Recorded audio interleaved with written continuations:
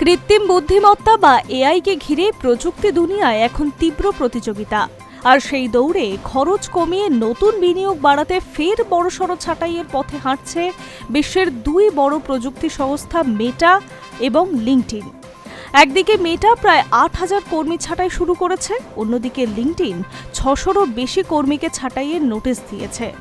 প্রযুক্তি শিল্পে এআই কেন্দ্রিক পুনর্গঠনের এই ঢেউয়ের হাজার হাজার কর্মীর ভবিষ্যৎ অনিশ্চয়তার মুখে পড়েছে। ফেসবুকের মূল সংস্থা মেটা ইতিমধ্যেই নতুন করে কর্মী ছাঁটাই শুরু করেছে। একটি রিপোর্ট বলছে বিশ্বজুড়ে প্রায় ৮,০০০ কর্মী মেটা এবং লিঙ্কডইন থেকে ছাঁটাই হতে চলেছে। সবচেয়ে আগে ছাঁটাইয়ের নোটিশ পেয়েছেন সিঙ্গাপুরের কর্মীরা। বুধবার স্থানীয় সময় ভোর ৪টে থেকে সেখানেই কর্মীদের কাছে নোটিফিকেশন পৌঁছতে শুরু করে। এশিয়ার মেটার অন্যতম বড় কেন্দ্র হল সিঙ্গাপুর। আগামী কয়েকদিনের মধ্যে আমেরিকা বা ইউরোপের কর্মীদের কাছে নোটিশ পৌঁছাবে বলে জানা গিয়েছে। রিপোর্ট অনুযায়ী সংস্থার একাধিক বিভাগে এই ছাঁটাই হচ্ছে, তার মধ্যে engineering, product development, operations, support function. Meta এখন এআই পরিকাঠামো এবং এআই ভিত্তিক পণ্যে বিপুল নিয়োগ করছে। একই সঙ্গে বিভিন্ন বিভাগে খরচ কমিয়ে সংস্থাকে আরও স্ট্রিমলাইন করার চেষ্টা চলছে। সেই কারণেই এই পুনর্গঠনের সিদ্ধান্ত বলে মনে করা হচ্ছে।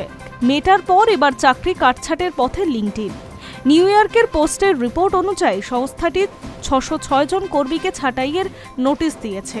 এই ছাঁটাই কার্যকর হবে ১৩ জুলাই থেকে। একটি রিপোর্টে বলা হচ্ছে, মের প্রথম সপ্তাহে কর্মীদের এই সিদ্ধান্ত জানানো হয়েছে। লিঙ্কডইন তাদের মোট কর্মীর প্রায় ৫% কমানোর পরিকল্পনা করছে। বর্তমানে বিশ্বজুড়ে লিঙ্কডইনের ফুল টাইম কর্মীর সংখ্যা প্রায় ১৭,৫০০-এরও বেশি।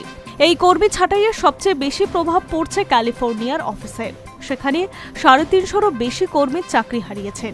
এছাড়াও ক্যালিফোর্নিয়ায় ৬৬ জন রিমোট কর্মী, সান ফ্রান্সিসকোতে ১০৮ জন, সানভেলেতে ৫৯ জন, কার্পেন্টেরিয়ায় ২১ জন ছাঁটাইয়ের মুখে।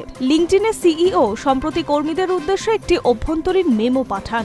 বিজনেস ইনসাইডারের রিপোর্ট অনুযায়ী সেই মেমোতে তিনি ছাঁটাইয়ের ইঙ্গিত দেন। লেখেন, আমাদের কাজের নতুন ধরন তৈরি করতে হবে, আর দ্রুত কাজ করার দলও তৈরি করতে হবে, এবং দীর্ঘমেয়াদে সংস্থার লক্ষ্য পূরণ করতে পরিকাঠামো বিনিয়োগ বাড়াতে হবে। এর জন্য কঠিন অগ্রাধিকার ঠিক করা হবে এবং কিছু ক্ষেত্রে ছাড় দিতে হবে। সবচেয়ে উল্লেখযোগ্য বিষয় হচ্ছে, লিঙ্কডইনের ব্যবসা কিন্তু এখনও বাড়ছে। মাইক্রোসফটের আর্থিক নথি অনুযায়ী চলতি বছরে ৩১শে মার্চ শেষ হওয়া ত্রৈমাসিক লিঙ্কডইনের আওতায় ১২% বেড়েছে। তবুও এআই কেন্দ্রিক পুনর্গঠন এবং বিনিয়োগের জন্য সংস্থা কর্মীর সংখ্যা কমছে। শুধু লিঙ্কডইন নয়, তাদের মূল সংস্থা মাইক্রোসফট সম্প্রতি বাই আউট অফার ঘোষণা করেছে।